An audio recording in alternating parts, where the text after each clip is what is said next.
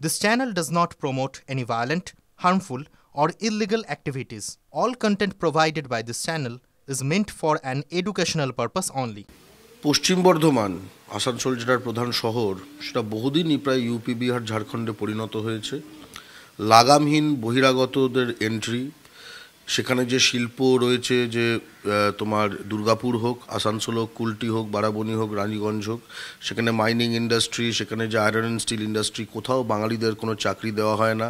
মালিক পক্ষ থেকে চরম একখানা বাঙালি বিদ্বেষ চলে। বহিরাগতরা জনপ্রতিনিধি হয়ে গেছে। আগে জিতেন তেওয়ারি ওখানকার মেয়র ছিল, যে কিনা ভোজপুরি ভাষায় বাঙালির বিরুদ্ধে জাতিদাঙ্গার উস্কানি পর্যন্ত দিয়েছে। আমরা তো এটাই প্রায় স্বাভাবিক করে নিয়েছি। লোকে বাঙালির কাছে আসানসোল পশ্চিম বর্ধমান ওটা তো আর বাঙালির নয়।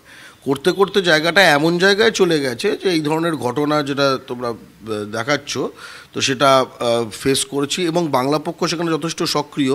এই রূপনারায়ণপুরে 1 মাস আগে একজন বৃদ্ধ বাঙালিকে হিন্দুস্তান কেবলসের ওই জোনে, সেখানে কোনো বাঙালিকে কাজে নেওয়া হতো না সাম্প্রতিককালে, বাংলা বলার জন্য, হিন্দি না বলার জন্য বাংলাদেশি বলে দাগিয়ে দেওয়া হয়েছে। এই ঘটনাটা শুনেই তোমার মনে পড়বে যে এই জিনিসটাই তো আবার কলকাতা মেট্রোতে হয়েছিল। অর্থাৎ বাংলার শহরাঞ্চল, শিল্পাঞ্চল হোক, সেটা আসানসোল হোক, কলকাতা হোক, শিলিগুড়ি হোক, খড়গপুর হোক, সব জায়গায় একটা বাঙালির বিরুদ্ধে আগ্রাসন চলছে, বাংলা ভাষার বিরুদ্ধে আগ্রাসন চলছে। এবং খুব স্পষ্ট কথা বলে দেওয়া দরকার, হিন্দি আগ্রাসন চলছে।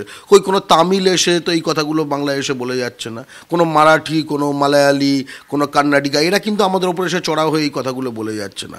স্পষ্টত এইসব ঘটনায় পুলিশ প্রশাসনকে তৎক্ষণাৎ ব্যবস্থা নিতে হবে। বাংলা পক্ষর অভিজ্ঞতা হচ্ছে এরকম ধরনের এগুলোকে জাতি বিদ্বেষী ক্রাইম, কিন্তু এগুলো রেস হেট, এগুলো ঠিক আছে, রেশিয়াল হেট্রেডের কেস। এগুলো পুলিশের কাছে যখন আমরা যাই, অন্যান্য রাজ্যে যখন এগুলোকে মানে সিরিয়াসলি নেওয়া হয়, এখানেও যেন সিরিয়াসলি নেওয়া হোক এবং এগুলোকে স্পষ্টত জামিন অযোগ্য ধারায় এগুলোকে তাদের প্রসেস করা হোক।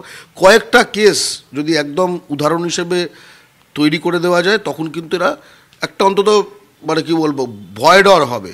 তা না হলে এরা মনে করছে যে পশ্চিমবাংলাটা কোনো বাঙালিরই না, ঠিক আছে, এটা একটা যেন ইউপি বিহারের এক্সটেনশন।